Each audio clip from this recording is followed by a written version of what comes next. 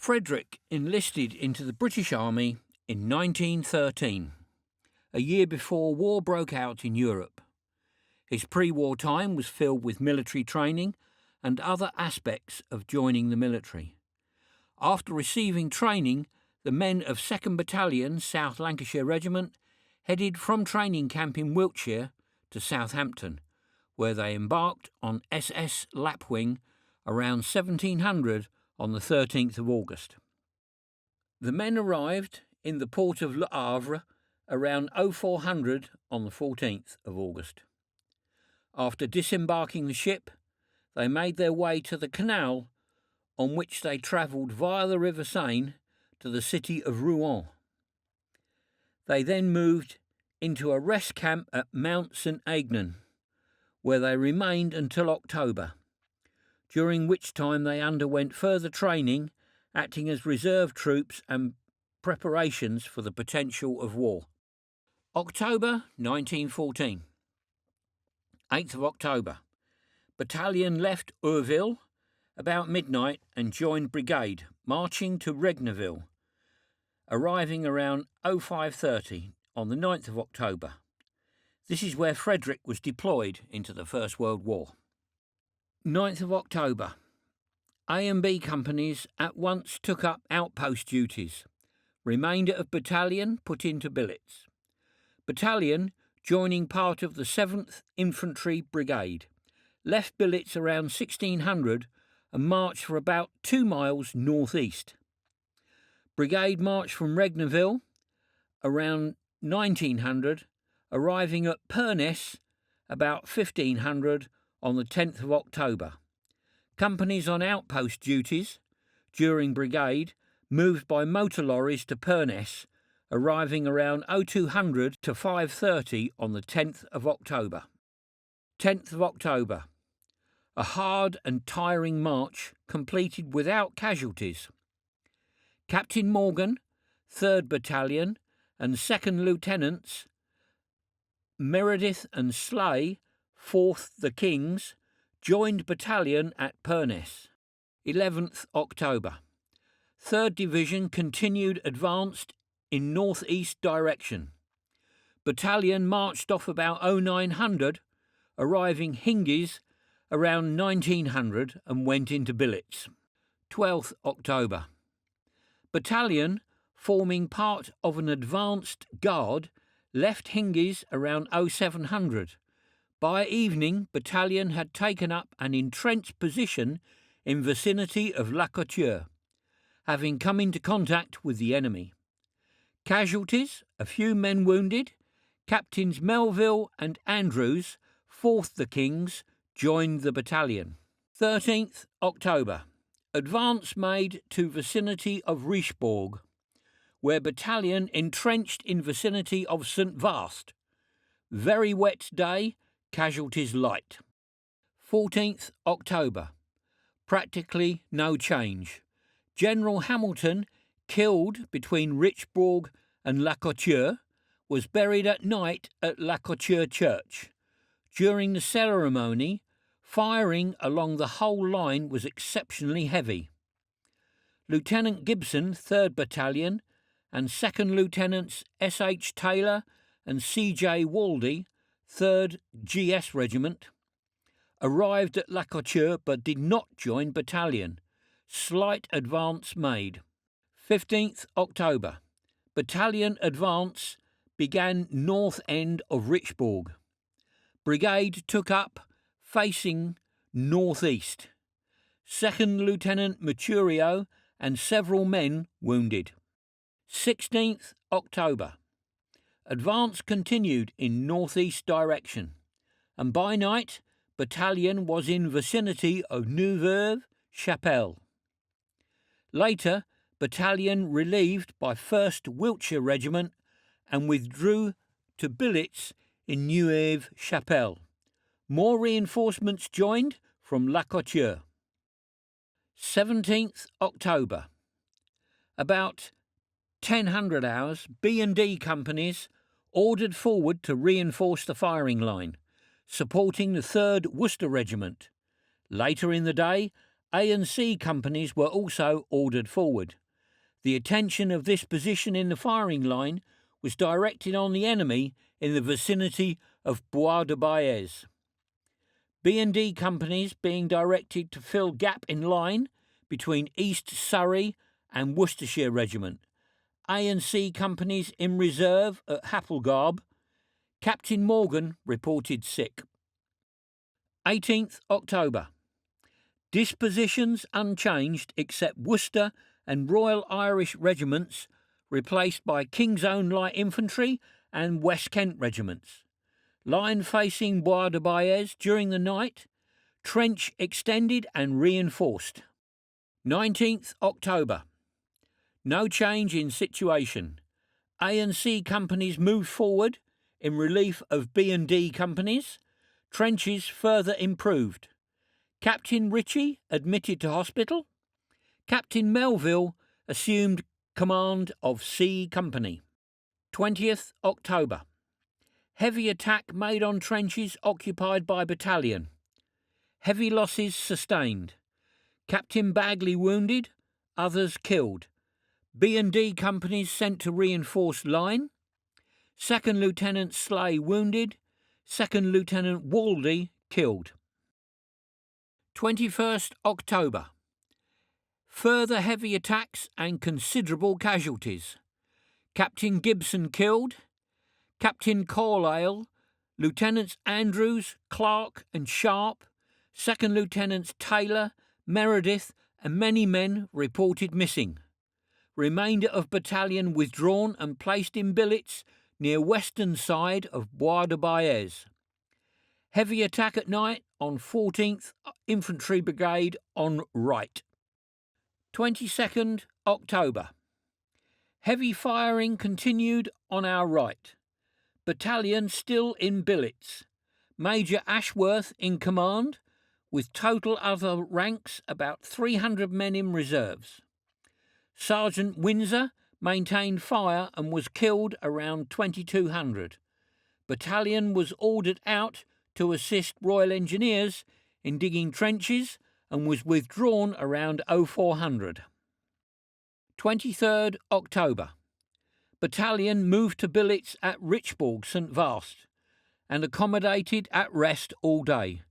2nd Lieutenant Forgan reported sick.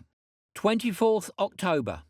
Battalion at rest in billets at Richborg St Vast.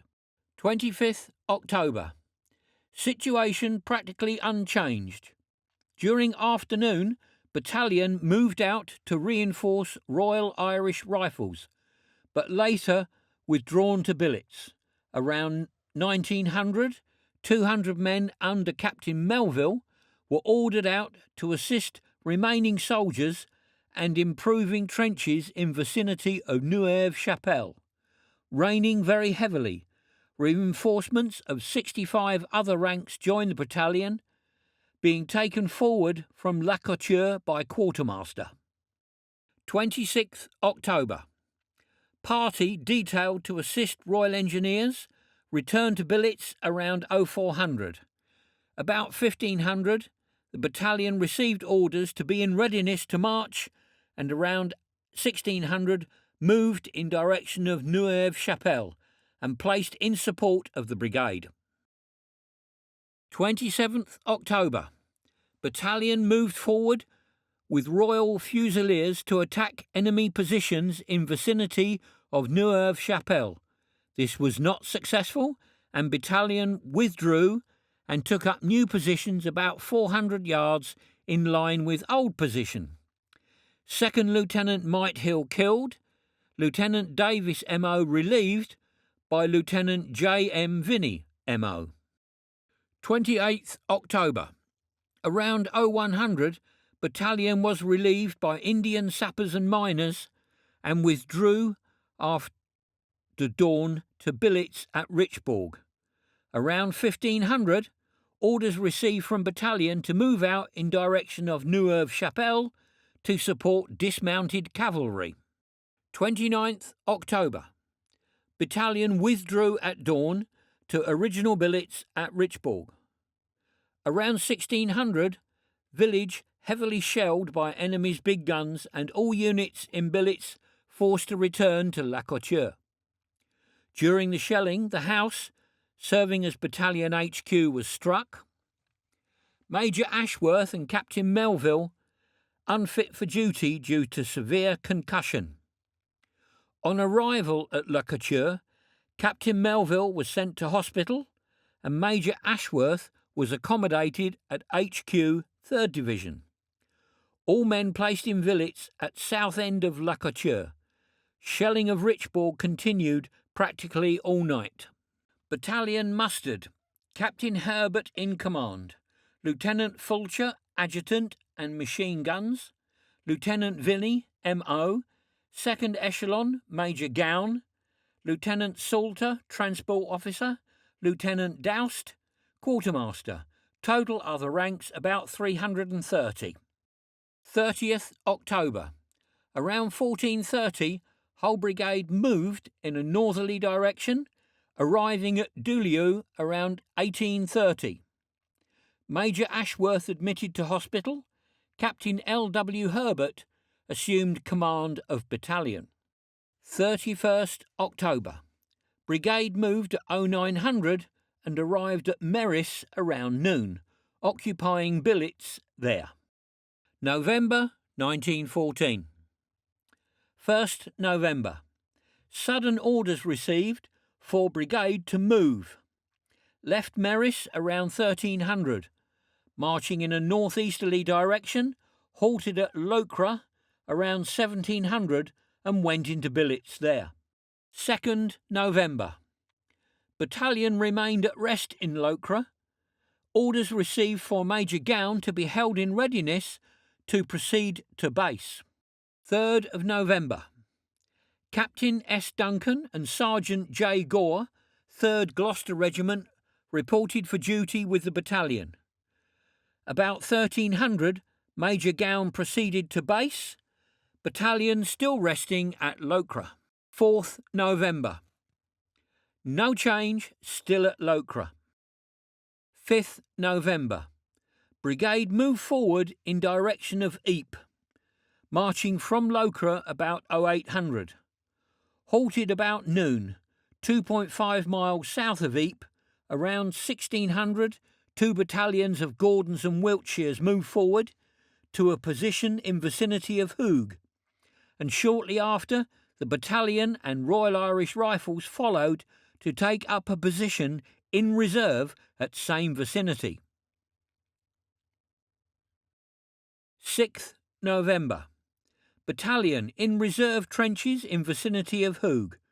Nothing important to record. 7th November. Battalion in reserve trenches until about 2200, when we moved forward with the Royal Irish Rifles.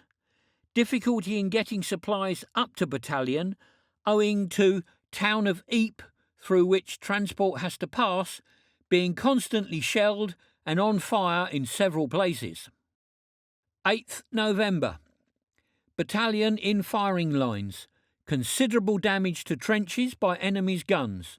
Not much rifle fire. Casualties: 1 killed, 10 wounded. 9th November. Battalion withdrawn at night to reserve trenches, being relieved by Royal Irish Rifles. Situation unchanged. Casualties: 1 killed, 3 wounded. 10th November. Battalion still in reserve trenches. Company bugler and 5 men wounded. Situation unchanged. 11th November. Continued heavy shelling all day. Half of the company sent forward during day to strengthen firing line.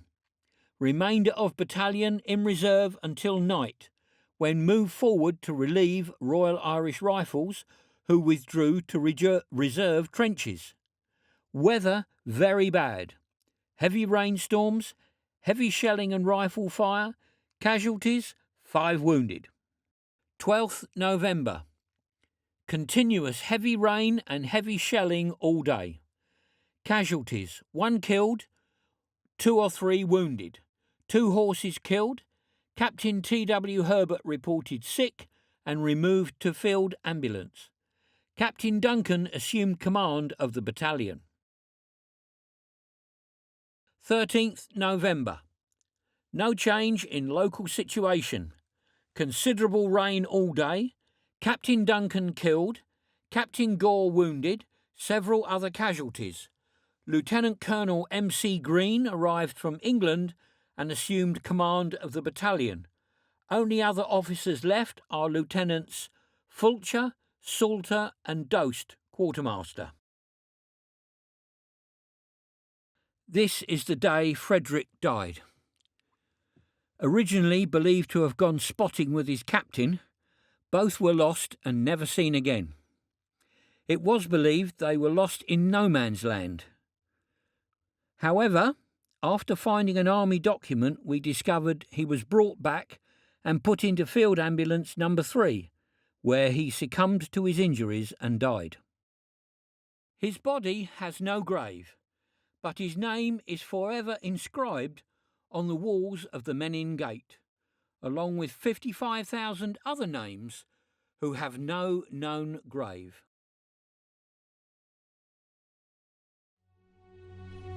They shall grow not old, as we that are left grow old. Age shall not weary them, nor the years condemn. At the going down of the sun, and in the morning, we will remember them.